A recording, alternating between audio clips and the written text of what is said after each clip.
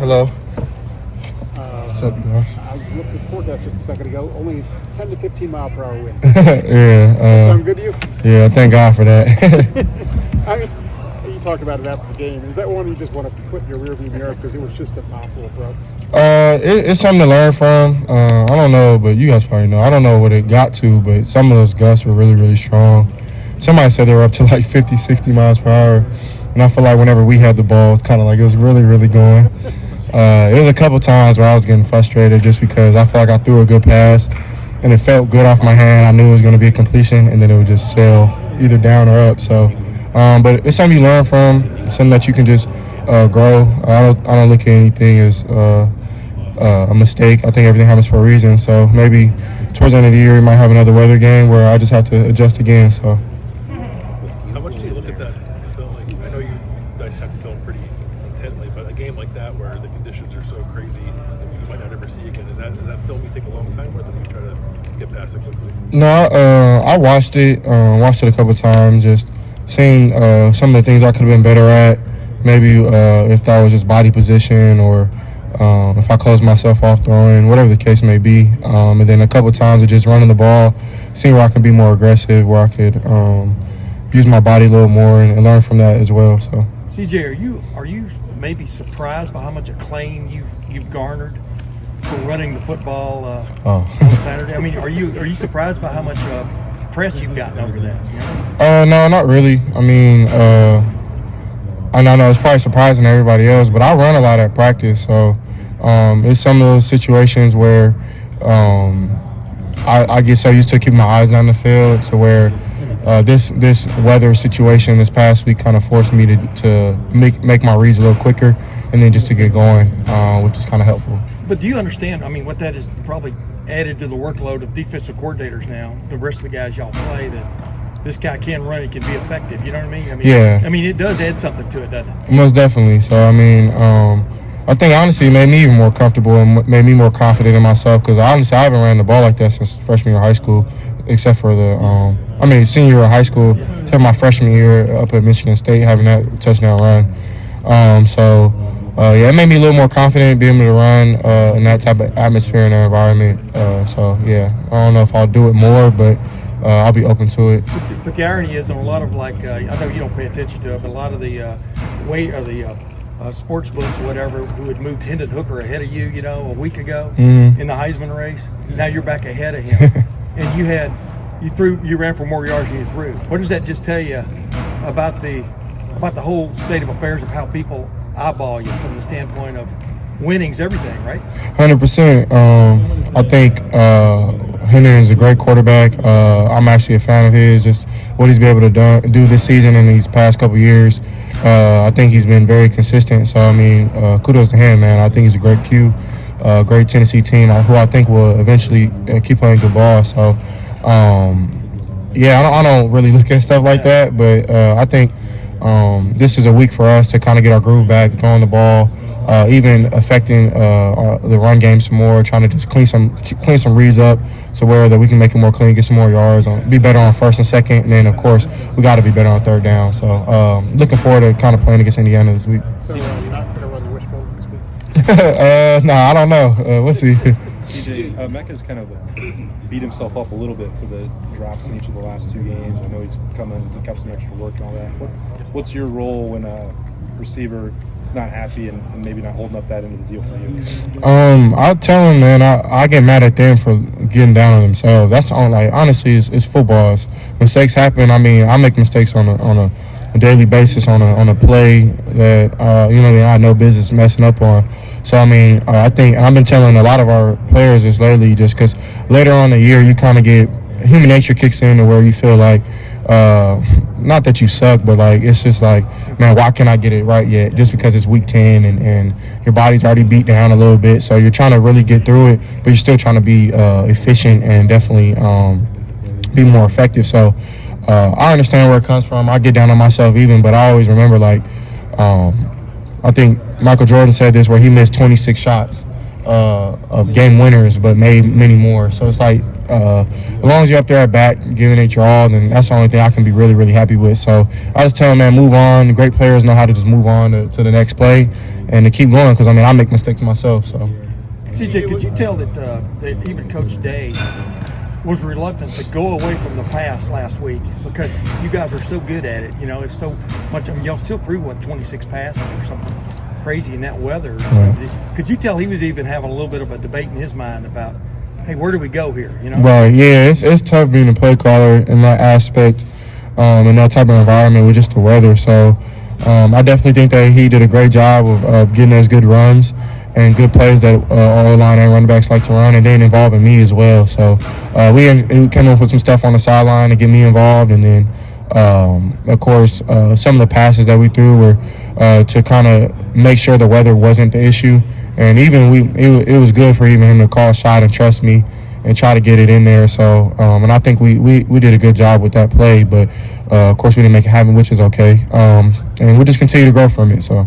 CJ, you mentioned on that 4th and 1 run that you had about how the nickel was crashing down. Like, he didn't really respect you running the ball there. I'm just curious if you think, even if you don't run more, do teams respecting you running the ball more, does that open things up for this offense? Yeah, it definitely could. But on a specific play, well, he took the running back, but I think the safety messed up.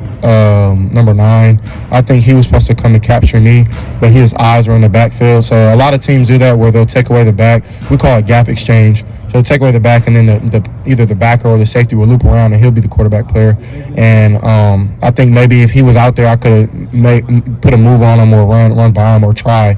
But yeah, I mean, it was an instinctive play. I think it was a big time play in the game just to get us a touchdown later on in that drive. So I told Coach I'm willing to do anything to get a win. So it's good just to kind of put that on film, and definitely I think we can build from it. CJ, as far as Emeka goes, from your eyes, what do you think has allowed? What is sort of his best trait as a receiver that's allowed him to kind of build a connection with you his first year starting? Yeah, I think really how smart he is. I think he's very intelligent. He knows leverage. He knows kind of what takes it away, what gives him leverage, what defense are trying to do to him, if they're trying to bracket him, or if they're trying to be outside leverage, take away a fade, whatever the case may be. Mecca's really smart by depicting what's really out there in coverage. And then, of course, he's a great route runner. He's very crisp. Something I think he worked on the offseason, just his speed. And I definitely think that he checked that off his list of being able to be a dynamic deep ball runner. And I definitely think he's done that. So excited to see him continue to grow.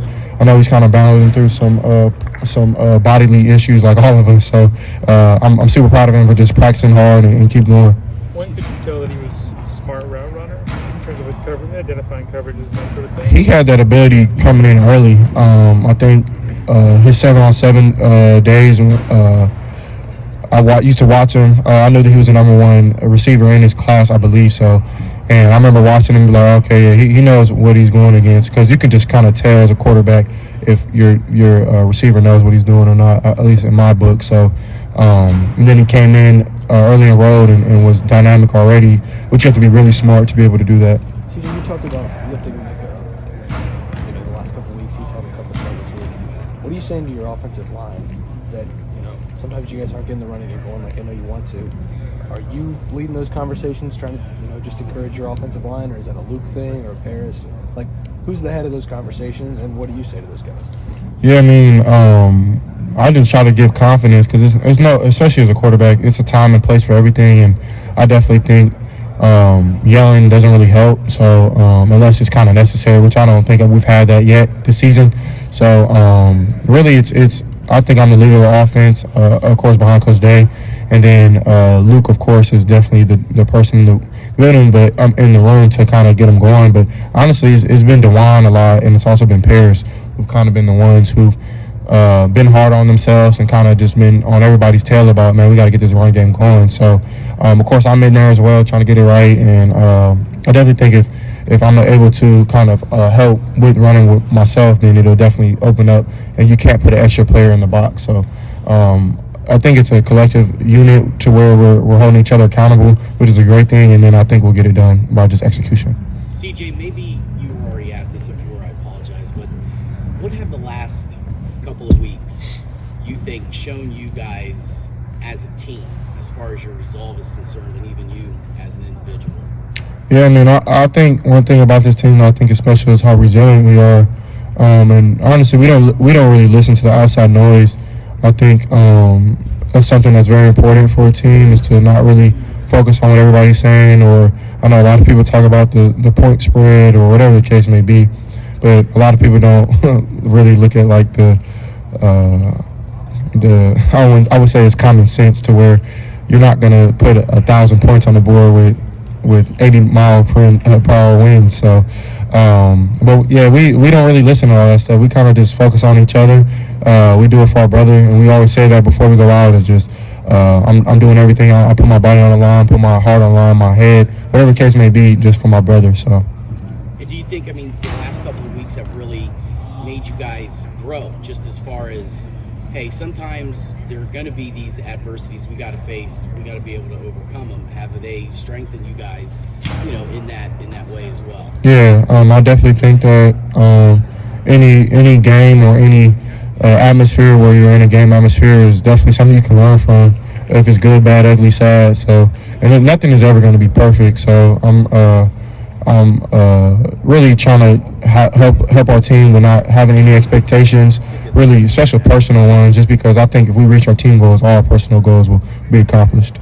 Couple more questions, folks. When you ran the ball against Northwestern, how many of those were designed run plays, and how often were you improvising? It was probably a handful of them that were improvised, and then a couple of them where I was just reading a defender, and it was my responsibility to read a gap or read a specific person. So, it could vary. It doesn't matter. I mean, either it could be like a pass play where I scramble, or it can be a design run to where I'm just keying one defender or two defenders. It could vary. CJ, I know you always knew you could run, but then being able to see it in practice is another thing. Are you more comfortable taking off now, do you think, after seeing what you did against Northwestern? Yeah, in a sense. I mean, I feel like definitely being able to go out there and find a way to win. I think that's most important, especially when quarterback is like, it's not always in your control. You can always be perfect. So it's finding a way to win, no matter if it's ugly or cute. So it doesn't really matter. And I definitely think it gave me more confidence to be able to go out there and run some more. But I'm going to continue to do whatever's necessary just to win. So if that's running the ball, throwing it, whatever the case may be. So, but yeah, it definitely did give me more confidence.